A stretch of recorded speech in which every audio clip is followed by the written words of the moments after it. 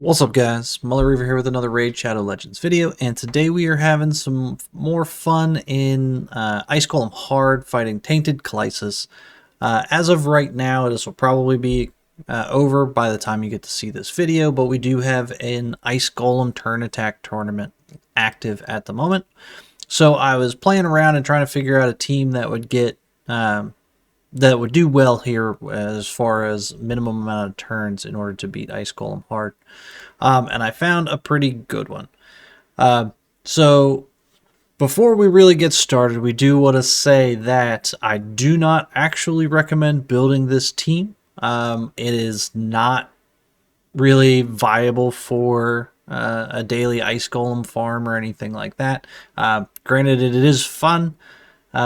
And it does work. It's actually, if you do it correctly, it is 100% team and pretty darn quick, because I did actually manage to grab both the world record for the least amount of turns and the actual speed clear as well. That being said, it's not free to play friendly. It's kind of silly, to be honest, but it works. So what am I talking about here? For the team itself, it is going to be a double Yumeko team featuring Newt and Maneater. And then, of course, we have Seer in there to clear the waves for us. So you can see we've got Yumeko 1 just in some random gear built for damage. She is 274 speed. This is our fastest champ on the comp. We do have enough accuracy because we do need to land a little bit of turn meter. I never really followed which one of the two Yumekos actually does the turn meter, so we've got accuracy on both. However, only one of them actually does. But you can see she's crit capped, 278% crit damage, and whatever damage stats I can get on her. As far as masteries go, I do have her down to Evil Eye, and then War Master as well on the attack tree. Our second Yumeko is in a shield set. We do need the shield set mainly to help Seer clear the waves. Other than that, she is again built for damage. She is 256 speed. This is our second fastest champion. Crit capped, 162% crit damage. Enough accuracy to land anything against the boss. Masteries for her, same thing. We went down to War Master behind me. I keep forgetting that I blocked that section of the screen. And then again down to Evil Eye as well.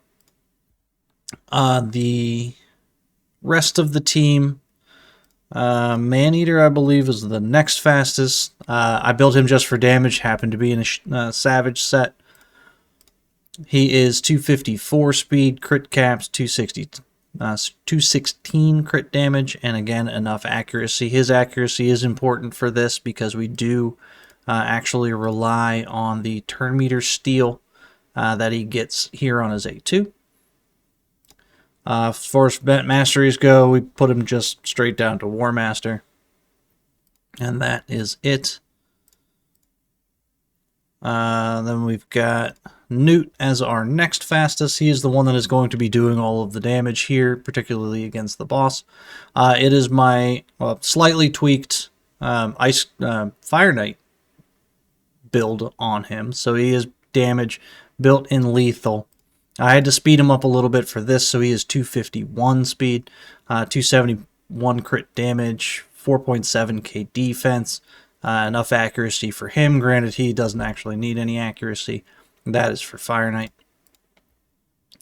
As far as masteries, he is down to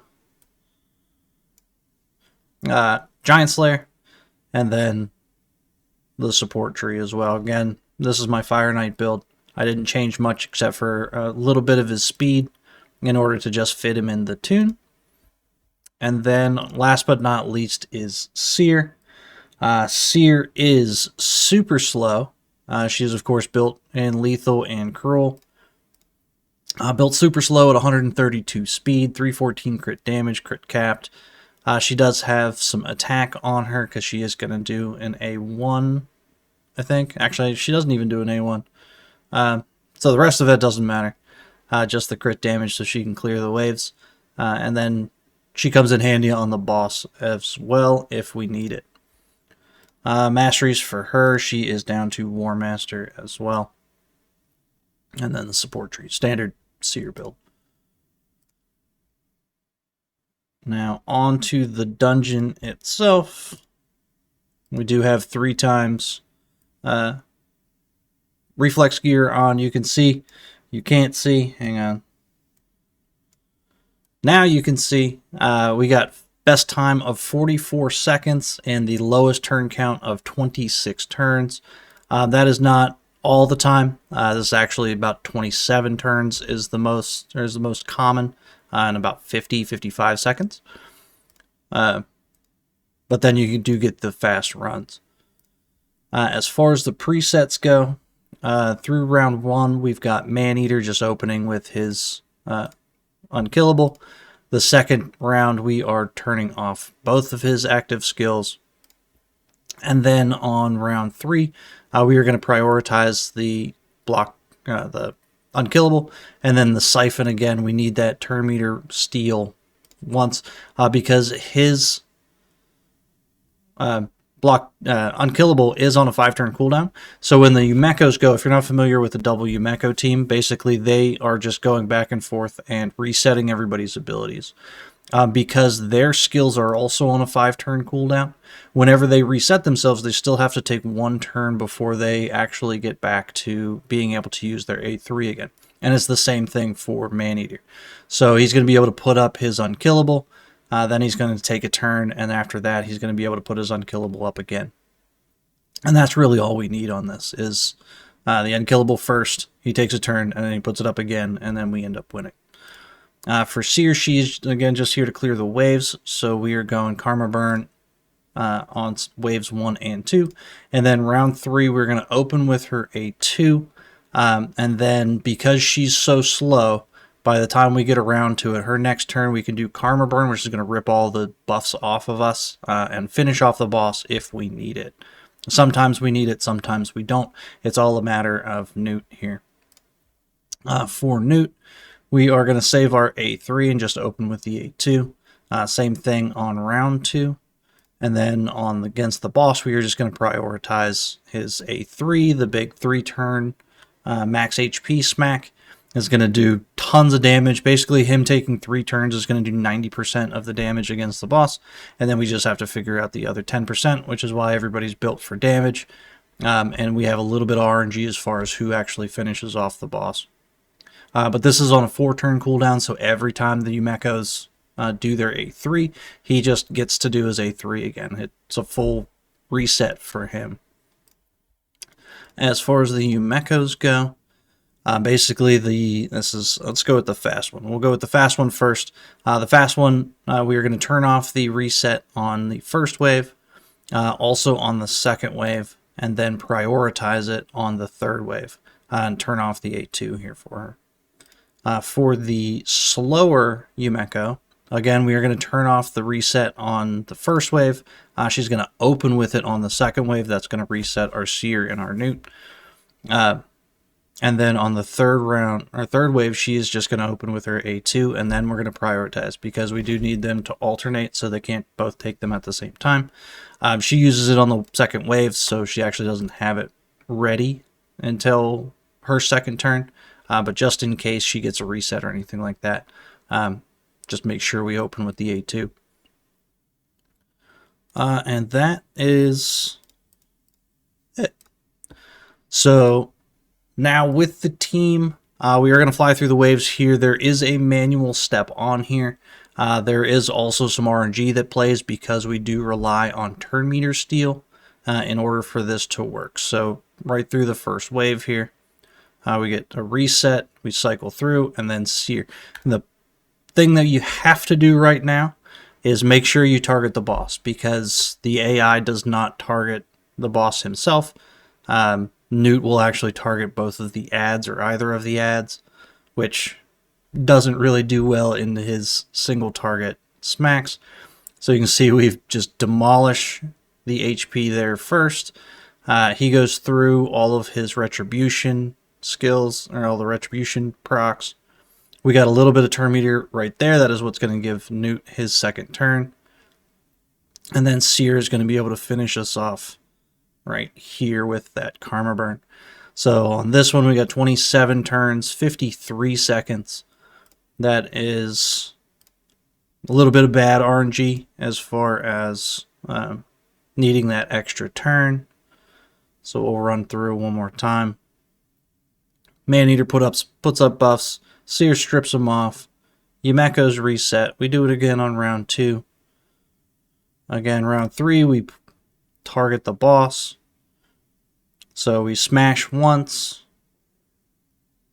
We get a retribution proc, but obviously we can't die.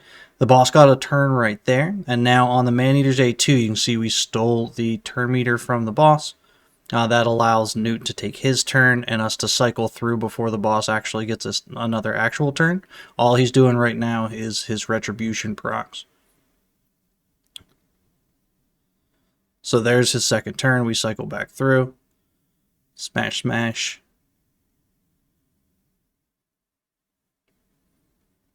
And dead.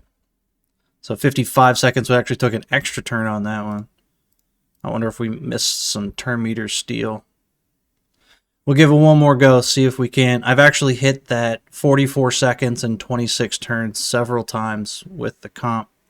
But again, don't recommend this as a daily driver because you do have to manually click the boss in order to make sure that it runs.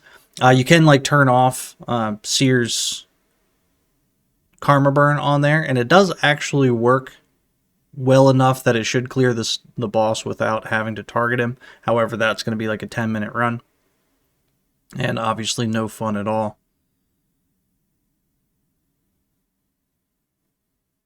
So then we roll through, we get our resets. There's our turn meter reduction. So we get a slam. We didn't quite get him on that one. And then once he finishes up his retribution, so another 53 seconds, 27 turns. One more, and then we'll be done. It's a quick video anyway. I guess we're approaching 12.5 minutes at this point. Trying to make it quick. But we got to get it at least once, right? Click the boss. If we don't click the boss here, with Seer's Karma Burn enabled, once she rips all the buffs off, then we just instantly die. Because the boss isn't dead. We got our turn meter steal there. Most of the way through the boss here, once he gets through all his retribution procs. A little extra turn meter steal, turn meter reduction there. And it's the Reaper that procs is what finishes him off at turn 26. The Life Harvest. Life Harvest?